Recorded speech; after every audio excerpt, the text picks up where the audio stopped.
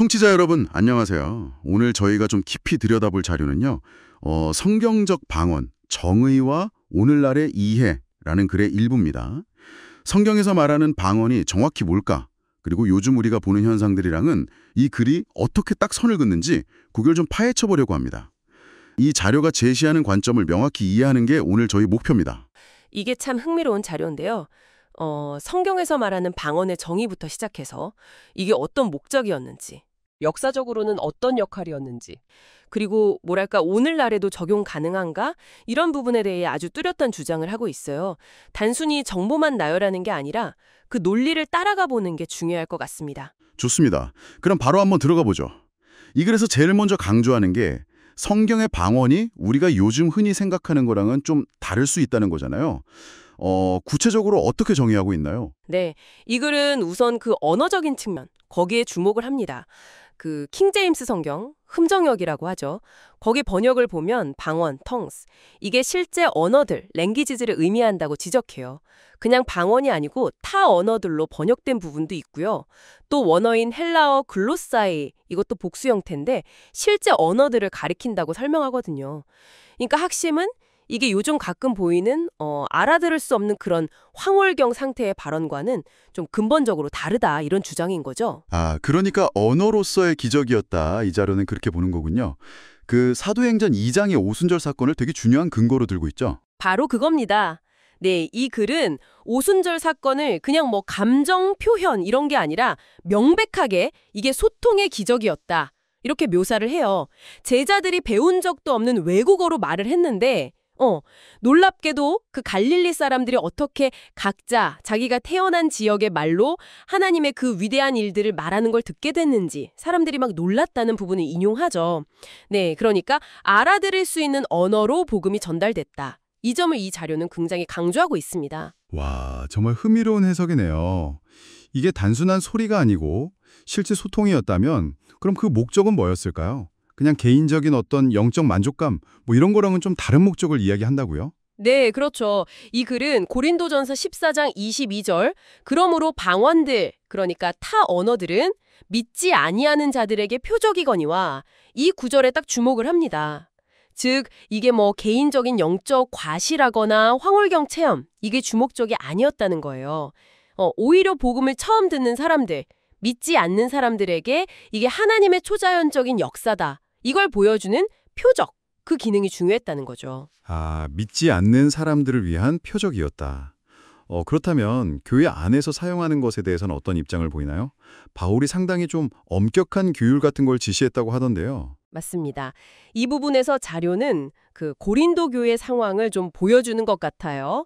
당시에 어쩌면 좀 무질서하게 방언을 사용했을 수도 있는데 거기에 대해서 바울이 명확하게 지침을 내렸다. 이 점을 강조합니다. 고린도전서 14장을 근거로 드는데 반드시 통역하는 사람이 있어야 하고 만약 통역자가 없으면 교회 안에서는 잠잠해야 한다.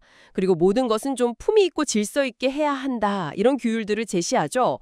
심지어 바울 자신도 뭐 알아들을 수 없는 만마디 말보다 깨달은 마음으로 5마디 말을 하는 게 낫다 이렇게 말했다는 구절을 인용하면서요. 그러니까 막 무분별한 현상보다는 사람들이 알아들을 수 있는 가르침 이게 훨씬 중요하다 이렇게 역설하는 겁니다. 질서와 이해, 이걸 강조했다는 거군요. 그렇다면 이 표적으로서의 방언 은사가 오늘날까지 계속된다고 봐야 할까요? 아니면 그 자료는 좀 일시적이었다고 보나요? 이 자료는 아주 명확하게 후자 입장을 취합니다. 고린도전서 13장 8절에 타 언어들도 그치고 라는 구절이 있잖아요. 이걸 직접적인 근거로 들면서 방언 은사는 사도시대 이후에 중단됐다. 일시적인 은사였다. 이렇게 딱 주장합니다.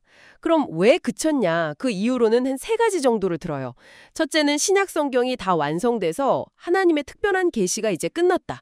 둘째는 교회가 세워지고 복음이 전파되면서 표적으로서의 필요성이 줄어들었다. 그리고 셋째는 그 이사야 28점 예언에 따라서 이스라엘 민족에게 주어졌던 심판의 표적으로서의 역할이 주후 70년 예루살렘 멸망하면서 다 이루어졌다. 뭐 이렇게 설명합니다. 그렇군요. 성경 완성, 교회 정착, 그리고 예언 성취. 이 3가지 이유 때문에 방언이 그쳤다고 보는 거네요. 이 관점을 이렇게 종합해보면 이 자료는 성경 시대의 방언하고 오늘날 우리가 보는 현상들 사이에 아주 뚜렷하게 선을 긋고 있는 것 같습니다. 정확합니다. 이 글의 결론은 굉장히 명확해요. 성경적인 방언은 첫째, 실제 외국어였다. 둘째, 명확한 목적, 즉 표적이라는 목적과 엄격한 규율 아래서 사용되었다. 셋째, 이해 가능한 소통이었다. 그리고 넷째, 성경 기록이 완성되면서 그 역할을 다하고 중단된 일시적인 은사였다. 이거죠. 따라서 오늘날 경험되는 것들, 알아듣기 어렵거나 통제되지 않는 형태의 그런 발언들은 성경에서 말하는 그 방언과는 본질적으로 다르다. 이렇게 주장하는 겁니다. 그러면서 하나님은 무질서의 하나님이 아니라 화평의 하나님이시다. 이 점을 다시 한번 상기시키고요. 자, 오늘 이 자료를 통해서 성경적 방언에 대한 하나의 아주 뚜렷한 관점을 좀 깊이 살펴봤습니다. 이 글에 따르면 성경의 방언은 기적적인 외국어 구사 능력으로 볼 수 있고 복음 전파 초기에 어떤 특정 목적을 위해서 주어졌다가 성경이 완성된 후에는 그쳤다. 그리고 현대의 유사 현상과는 좀 구분해야 한다. 이게 핵심이네요. 네. 이제 마지막으로 청취자 여러분께 한번 생각해 볼 거리를 던져드리고 싶습니다. 이 자료는 계속해서 질서, 그리고 이해 가능한 가르침, 또 어떻게 보면 성령의 열매 같은 것들을 은연중에 강조하고 있거든요. 만약 이 자료의 주장처럼 어떤 특정 표적 은사가 일시적이었다면 오늘날 우리의 신앙 여정에서 정말 중요한 건 뭘까요?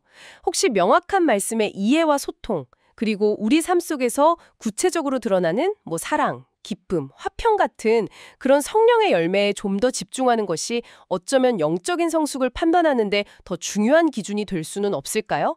이 질문을 한번 곱씹어 보시는 것도 의미가 있을 것 같습니다.